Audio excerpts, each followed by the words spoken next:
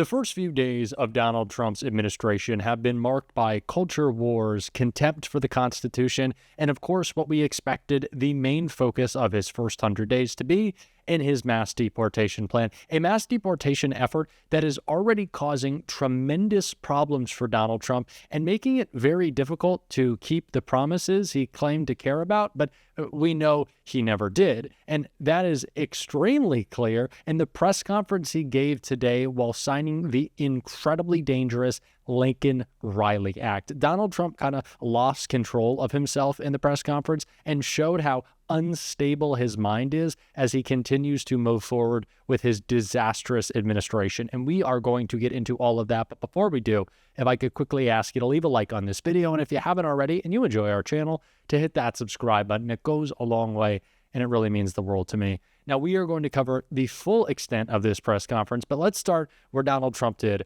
quickly losing his mind.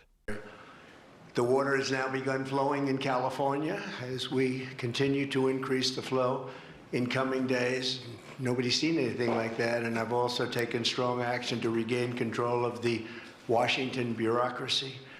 The man is supposed to be talking about his immigration plan. Now, sure, it is an unpopular plan. It is an unconstitutional plan. It is already backfiring in the devastating effects it has had on our economy in driving up prices. Donald Trump has already broken the law in several instances because of it, but he's focused on water and lying about water. And that's what's so funny to me, or really just tragic, about this idea that Donald Trump and Republicans are going to condition aid on California based off, really they want voter ID laws, but based off reforming the system by which they combat these fires. They don't understand any of it. They don't understand these preventative measures. They don't understand the infrastructure of the fire department in LA. What makes them think they get to tell California what to do? It's just the hubris and the idiocracy of MAGA fully on display, which continued in this clip right here. Have nevertheless been paid. Some have worked, some haven't worked, and most of the studies say that some have just gone through the motions. We may ask these people to prove that they didn't have another job during their so-called employment with the United States of America, because if they did, that would be unlawful. As you understand, a lot of people are getting paychecks, but they're actually working other jobs, so they'll have to prove that to us that they weren't. In any event, we're requiring them to show up to work or be terminated. We think a very substantial number of people will not show up to work, and therefore our government will get smaller and more efficient, and that's what we've been looking to do for many, many decades, frankly. Donald Trump, the man who spends all day golfing, eating hamburgers, rage tweeting, watching Fox News, this guy is saying that federal employees don't do enough work.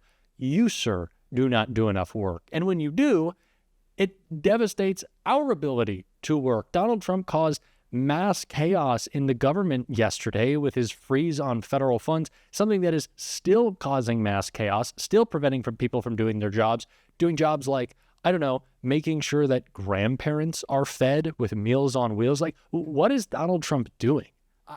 I can't even believe that this guy is our president. It's just the nonsense continues. The lies continue. Look what he had to say right here. The big bureaucracy where there has been tremendous waste and fraud and abuse. In that process, we identified and stopped $50 million being sent to Gaza to buy condoms for Hamas. 50 million. And you know what's happened to them? They've used them as a method of making bombs. How about that?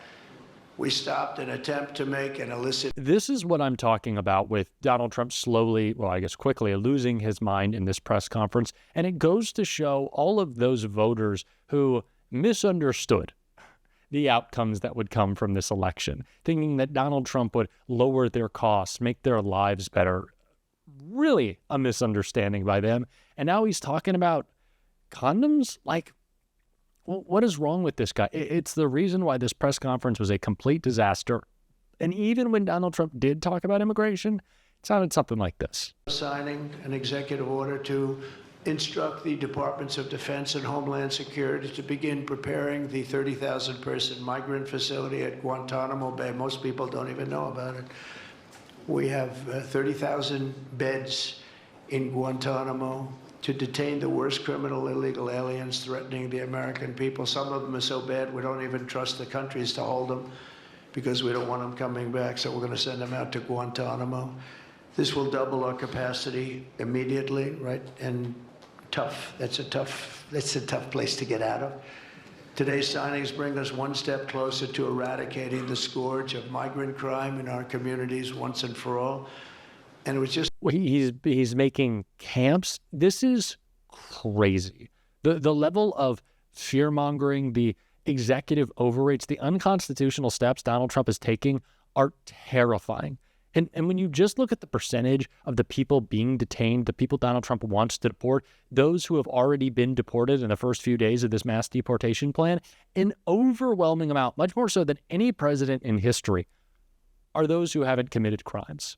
Donald Trump is going to imprison and strip the rights away of millions of immigrants who are simply working in their communities and making America a better place. It is insane, and it needs to be called out, and was by Jamie Raskin in a takedown I want to check out right here. Chairman began by saying the point here is to restore the rule of law. Restore the rule of law. Can you even pretend to do that if you stand by and support Donald Trump, who on day one, as the chairman of the committee just said, day one of his presidency, pardoned 1,500 insurrectionists, including hundreds of people who violently assaulted and attacked American police officers? Let's just take one person who is free today, Julian Cater, who had been convicted after having every due process protection, the right to counsel, the right to cross-examine witnesses, the right to introduce evidence, but they had him completely. They knew exactly what happened. Most of this was videotaped so the whole world could see it. Well, Julian Cater repeatedly, violently assaulted our officer protecting us in Congress, Officer Brian Sicknick, who then proceeded to have several strokes and died on January the 7th, 2021, the next day. The family of Officer Sicknick is absolutely devastated and demolished by what's just happened. I invite any of my colleagues, including the members new to this committee who maybe weren't here on January 6th and didn't experience the trauma of that violent insurrection when we saw a mob marauding through here yelling, "Hang Mike Pence, hang Mike Pence," and looking to assassinate Nancy Pelosi. And now you have the temerity to come forward and say this is about public safety? How much safer are we now with these 1,500 criminals at large in Washington, D.C. and going out into the country? Are you vouching that these people are not going to be attacking any other police officers? Are you vouching that they're no longer a threat to public safety? What an outrage, what a scandal. Well, the hearing has been called not on trying to deal with the public safety crisis created by the president on day one of his presidency, but on immigration.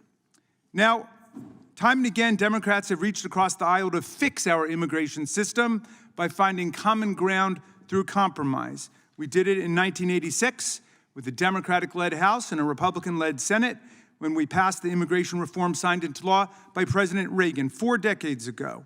In 2013, under President Obama, Democrats worked with Senate Republicans on a sweeping immigration reform bill, only to have House Republicans kill it because it threatened Speaker Boehner's grip on power. Last year, under President Biden, Democrats worked with Republican Senator Lankford to produce a tough border security deal with increased border patrol, with increased border technology, with increased asylum judges at the border, but President Trump and House Republicans openly and aggressively tanked the deal. They sank the ship, openly rejecting a bipartisan border agreement hailed by the most conservative Republicans in the Senate because they preferred to have a security crisis to run on than an actual border solution. And yet, as Democrats, we stand ready again to work with our colleagues to fix the broken immigration system. Today, unlawful crossings at the border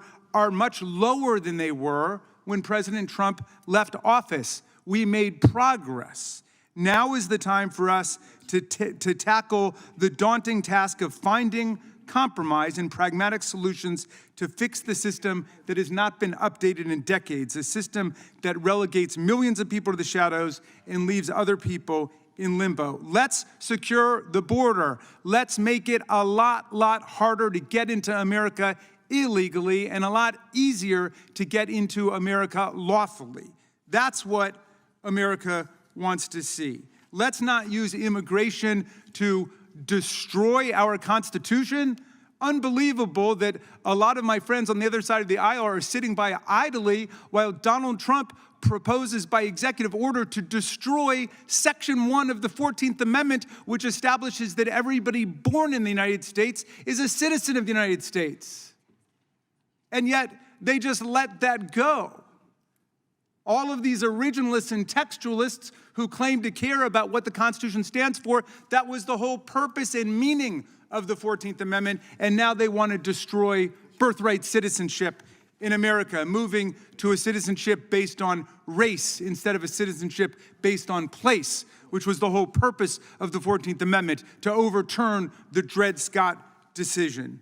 Well, we're obviously going to have some differences moving forward because they don't want real solutions. They just want to demagogue the immigration issue. That doesn't move America forward. It's just like they demagogued the issue of inflation. They said they were going to bring down prices in rent, in utilities, energy costs. They said they were going to bring down the price of groceries. Not a single peep from them about that on day one. No, it's just about releasing all the violent insurrectionists, the Proud Boys and the Oath Keepers who are out there today saying that they want revenge.